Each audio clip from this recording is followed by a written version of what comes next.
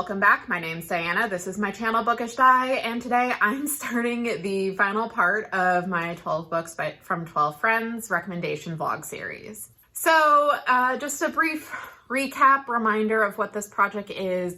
Late last year, I asked 12 of my friends to give me recommendations of books they wanted me to read. And well, one in particular was made out of malice. So far, it's been a pretty great experience. I've enjoyed the 7 of the 8 books I've read so far for this project. And it's December and it's time to wrap it up and finish it. And look who it is! We got a Luke cameo, Caitlin. Look who, yeah. I've been told Luke doesn't show up enough. So here he is in all his little vampire glory. Anyway, so I have 4 books left from 4 of my friends. So let's get into it. I know what they are, but I feel like I should, do this for old time's sake. So the first book is Spear by Nicola Griffith. This was recommended to me by Rachel/Colonnati. This is a novella. I think it's like queer Arthurian retelling. I have the audiobook checked out. I'm hoping to get to it either today or tomorrow while I'm doing some cooking. And I've heard really good things about this novella, and I'm really looking forward to giving it a try. I read one of Griffith's other books, Ammonite, for a book club, 8 years ago now, and I remember enjoying it, so I am familiar with this author. So hopefully this is along those same veins. All right, second on this group of 4. Okay. So my dear friend, Jenny from Reading the End recommended to me The Space Between Worlds by Micaiah Johnson. This is a book that I actually own, which is great because I will hopefully get it off my physical TBR. This is a multiverse book where in order to travel to different universes, you have to be dead in that other universe. And so our main character, she's dead in a lot of universes, so she can do this type of travel. I've heard nothing but good things about this book, and I'm really excited to give it a try. I am a Spotify premium member, and I did see that this is an audiobook available to me with that. So this is another one where I might try the audiobook just to see what's going on. And because she couldn't let her brother have all the attention, she has fortunately forgiven me for the 10-hour car ride a few days ago because she was so mad. She was yelling at me the entire time, and her voice was hoarse when we got home because of how much she was screaming at me. But we're home. She's happy. I'm forgiven. All right, third book. All right, this is from my friend Josie. This is The Snow Queen by Joan D. Vinge. This is I think like a classic SFF book. I remember seeing the covers like years and years ago, and it's a very striking cover by Michael Whalen, who phenomenal cover artist. So I think what I remember of this book is there's like a summer queen and a winter queen, and there's like political shenanigans. Anyway, I'm really looking forward to reading this. I have a copy on hold from the library right now. And then the final book from my dear friend Charlotte is Rupetta by N.S. Solway. So this is a book which is very difficult to track down. I think I found a copy through Interlibrary Loan, so hopefully I'll get it in a few days. But it's, I think, an Australian book. I don't know much about it. Charlotte was just like choosing chaos and choosing one that they really like, but a lot of other people haven't heard of. So hopefully this is one I also enjoy. So I'm going to be trying to finish these up within the next couple of weeks. But yeah, we'll see what happens. I'm really excited to finish this project and finish off the year with 4 books that my friends think I will enjoy.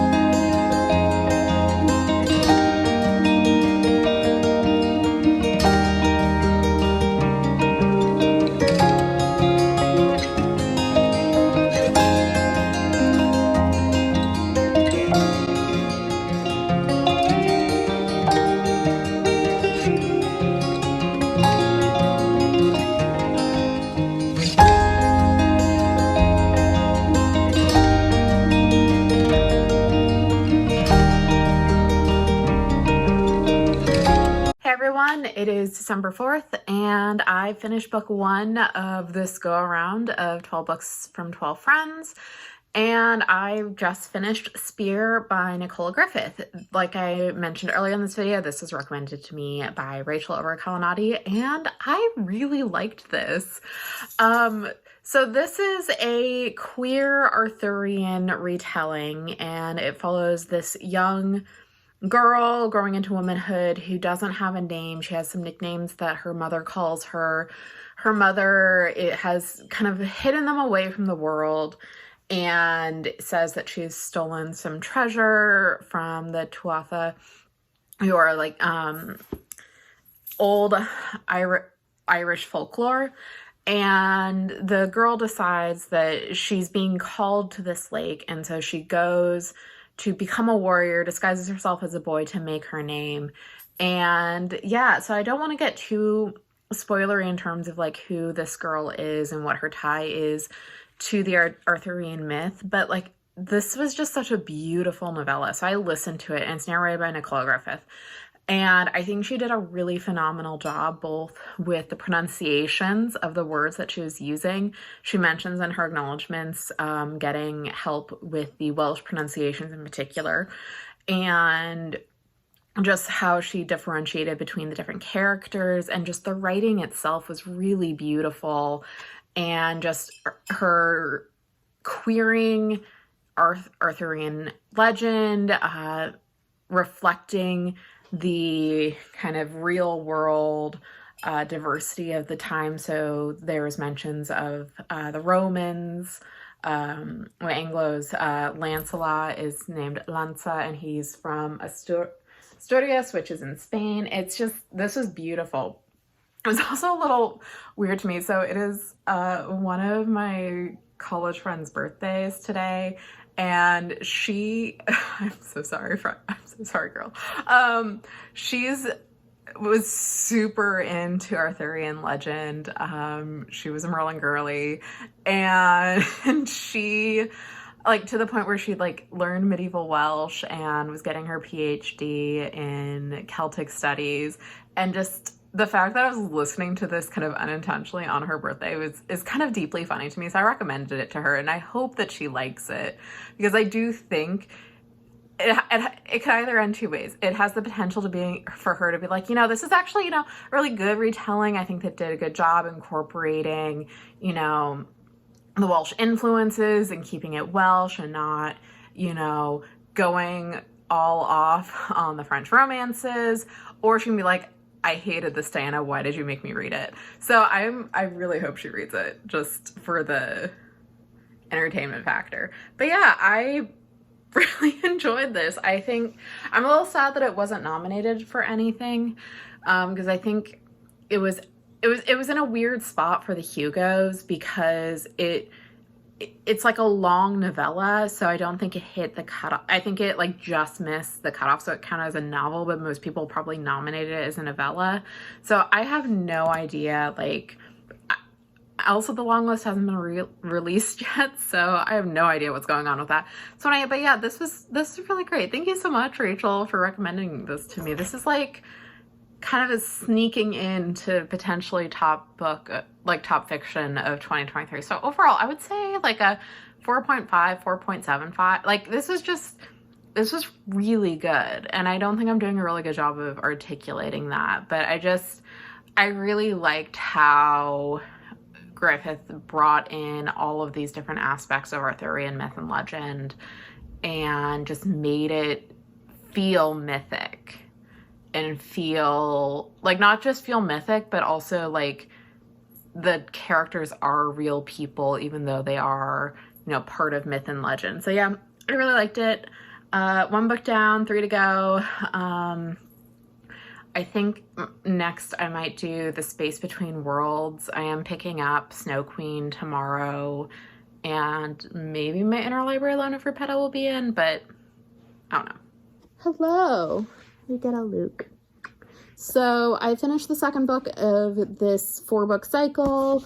I finished Rupetta by N.A. Solway. This was Charlotte's recommendation. And this is a book that's told in 2 perspectives. So the first is this android named Rupetta. She's created by a French woman in the 1600s. And we don't really know how Rupetta was created. That's always kind of left as a mystery to the reader, and I think a little bit to Rupetta. It's not something she necessarily focuses on. So we get her telling her story, her miracles, and kind of how she changed our world. So you start off in a world that's very similar to ours, but that's not the world that it ends up in. And then the second point of view we get is this young woman named Henriette, and she is trying to become a scholar with the Obenites, like her mom, but her mom, something happened and her mom died, and Henry's like, well, I want to do what my mom did. I'm going to succeed. I'm going to become a historian. I'm going to become a penitent, which means like your heart is removed and you get a mechanical heart.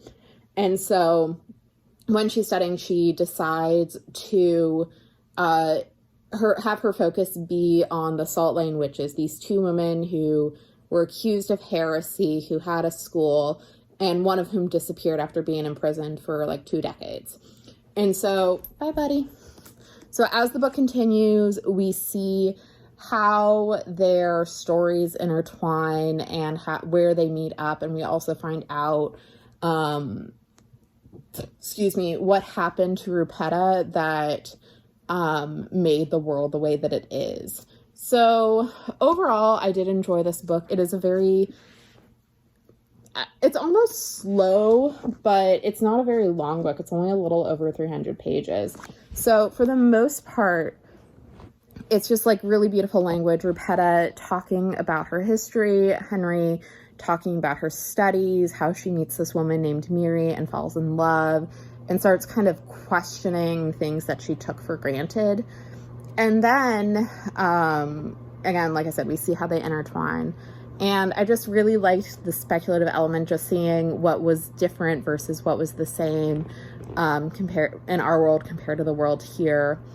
What didn't quite work for me was actually towards the end when we get the two timelines converging, because it happens quite late in the book. And like I said, this is like, I think it looks bigger because the paper is pretty thick.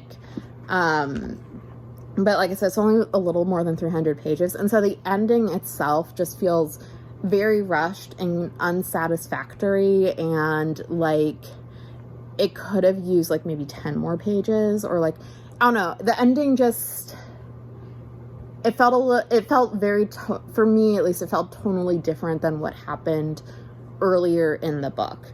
So overall, I think I would give this between a 3.75 and a 4-star. Overall, I did enjoy it. It wasn't a perfect read, but it was definitely different. It definitely had some really beautiful language, and I'm really glad that I read it. I haven't read too many Otherwise Award winners. It used to be known as the Tiptree Award, but it got renamed.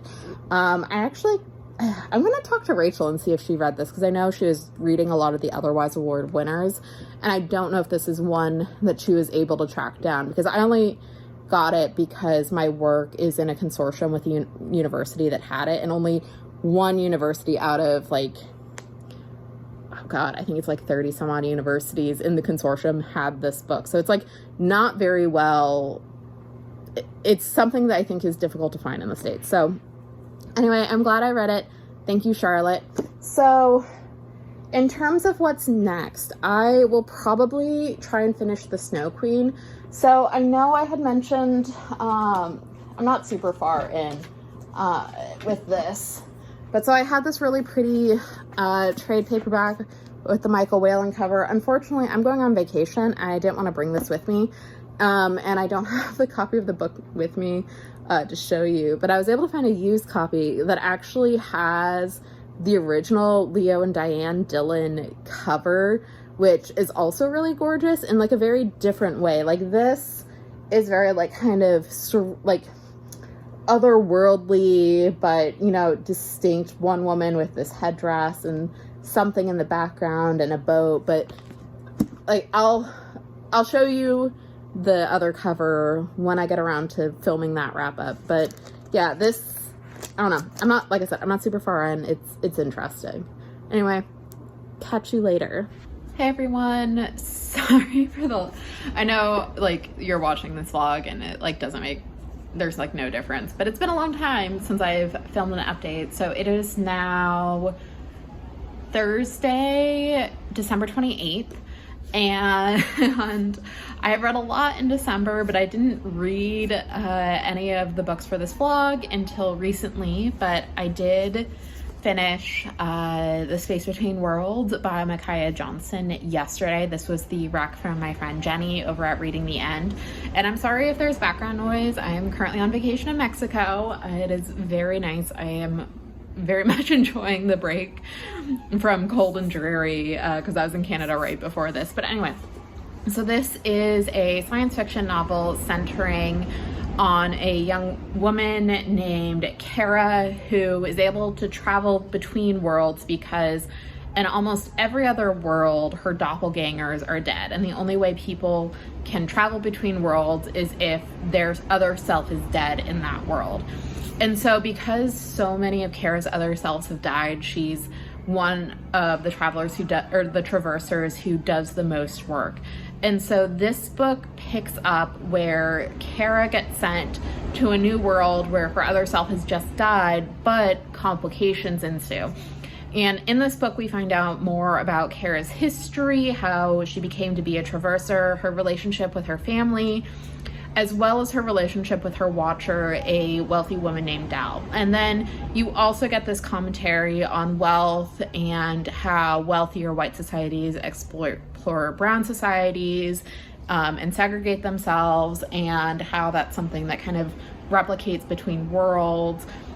And so yeah, overall, I think I would give this a 4 stars. I really enjoyed it. I thought that Kara was a really interesting character. I really loved seeing her grow and adapt and getting insights into not only the Kara that we follow, but the Karas that we meet or are referenced in other worlds. I also really liked a lot of the side characters. I loved seeing Kara's relationship with her stepbrother Michael and her stepsister Esther, as well as kind of her more fraught relationships with some other people in Ashtown, the area that she came from.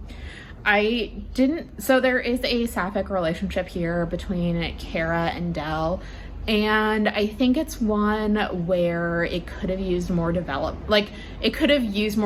on page, because there's a lot alluded to it, but in the end it felt a little rushed. So this book is fairly short. The story itself is only like 320 pages, and I think it does help, keep it fast paced. But in terms of the relationship, I think there could have been a little bit more page count to give us more of that. And I also thought the ending was a little bit rushed, like not as rushed as like a Kate Daniels ending, but it did feel a little sudden. But again, it is a fairly short book, so I guess that's to be expected. But yeah, I really liked this. I thought Micaiah Johnson's writing was excellent. This one kept me engaged pretty consistently once I started it. And I'm definitely interested to see what the sequel book has, because I know it follows a different character who we meet in this book. So I'm interested to see what other stories Johnson has in this world, especially since it won't be following someone who kind of moves between worlds like Kara does. So yeah, overall, I would say like a 4-star, 4.25 out of 5. I'm really glad I read this. Thank you so much, Jenny, for recommending this to me. And I definitely will be picking up book 2 in this series when it comes out in 2024. So that means the last book that I have is The Snow Queen by Joan D. Vinge. And if you're like, Diana, this is a different cover than what you showed before, you are correct, because I didn't want to bring a library book with me on vacation. So I was lucky enough to find a used copy at my local used bookstore, and this has the original Leo and Diane Dillon cover, which I do think is also stunning. I think it's a little bit different vibe than the Michael Whelan cover on the other one, but I also think it does a really good job kind of conveying the otherworldly sci-fi aspect to it. So I'm maybe a fifth of the way through. And this is one where it definitely, I can feel its age. So it's over 40 years old. It was published in, I think, 1980 or 1979. And it's one where I think, at least right now, the characters are a little flat. So right now we're following Moon, who is a summer. So she's one of the more primitive people on this planet of Tiamat. And then there's the Snow Queen, who is the ruler of the winter, so the more technologically advanced. And then we follow some police officers who are from the hegemony, so the interstellar government that's exploiting Tiamat. And then there's Moon's cousin Sparks. So I think the world building for me is the best part, but the characters themselves, like I said, feel pretty flat. So I'm hoping to finish this off before the end of the year. So we will see how that goes, and I will update you when I'm done.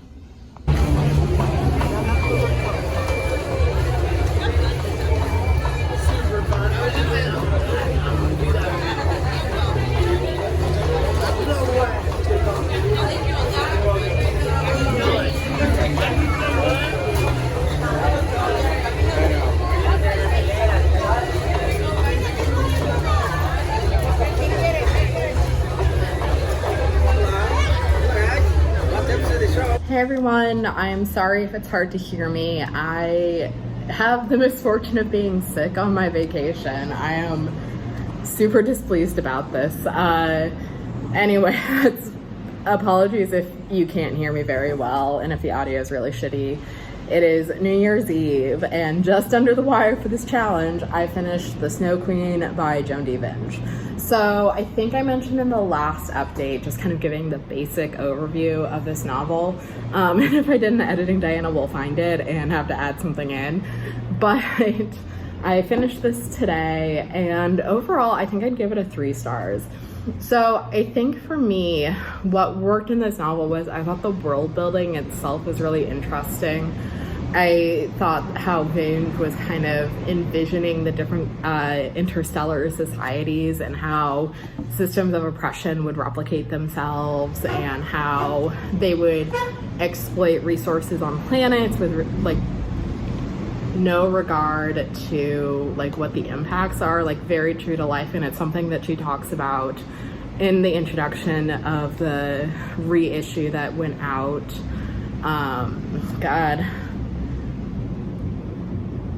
I don't know, in the 2010s, I think it was. Anyway, so I thought that was really interesting. I thought that like the split between the summers and winters, what was going on with like how Tiamat was kind of kept in ignorance of what its potential was. I thought all of that was very interesting commentary. However, where the story really fell flat to me was the character. So I am like so annoyed about this, but the character I found most interesting was the cop, Jerusha. She's this off-worlder, so she's aware of like what's going on with Tiamat and like how they're being exploited. Like she doesn't have the full picture because very few people have it, but I found her voice to be the most compelling and like her point of view to be the most interesting as this outsider. The main character in this book, Moon, just felt very flat to me. Like so much of her character was focused on reuniting with her cousin Sparks because they had pledged together, and that was like, yes, she was doing other things, but that was her only focus for so long. And it was just like, girl, you can do so much better than him. You can do so much better than this fuckboy. So yeah, I was not super thrilled with the characters.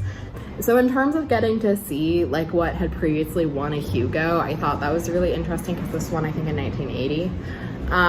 But I know there's continuation of this series, and unfortunately I don't think I'm gonna be getting to it. Like I said, I wasn't super compelled. It was fine. Like it was a 3-star read. It wasn't like something that I really it's not a world that I necessarily want to spend more time with, let's put it that way. So yeah, thank you Josie for recommending this to me. I'm going to be doing a wrap up of all the 12 books I read and ranking them once I get home and once I'm not interrupted by New Year's Eve celebration honking. Anyway, check in with you once I'm back in Oregon. Everyone, this is a really belated wrap up to this project. Oh, look who's here. It is January 25th. My last update was December 31st. I did not mean for there to be this much of a gap, but I was traveling back. I was still sick. I had to go back to work. There was a big ice storm. There was a lot happening in my personal life. And also, just kind of a quick channel update. I was really stressed because I had a lot of video, like stuff that I had filmed that I just really didn't want to edit, and it was weighing on me. I felt that I needed to turn that out. So particularly like my wrap ups from September through December, and it was really stressing me out. So I think what I'm doing is I'm just declaring amnesty on those wrap ups. I'm wiping those out. I'm going to delete the footage. I just cannot deal with like editing all those things and like thinking about them. But yeah, so let's just wrap up my 12 books from 12 friends challenge. So for the most part, I think this was pretty successful. It let me read some books that had been on my shelf for a while. It exposed me to some new authors. It let me know that not to believe anyone who tells me that Sarah J. Maas is a good writer, because that was one of the most painful experiences of 2023. It was really bad. So yeah, it was interesting. Overall, more hits than misses. It was a really fun experience. I'm not doing it again this year. I'm doing a different reading challenge for myself. But overall, I would do it again in 2025, maybe. Like, overall, this was a lot of fun. So I hope that you enjoyed this. I hope that you liked seeing me lose my mind over ACOTAR or discover some new favorites. Thank you all so much for watching. Have you done anything like this? Would you be interested in doing in the future? Let me know in the comments below, and I will talk with you later. Bye.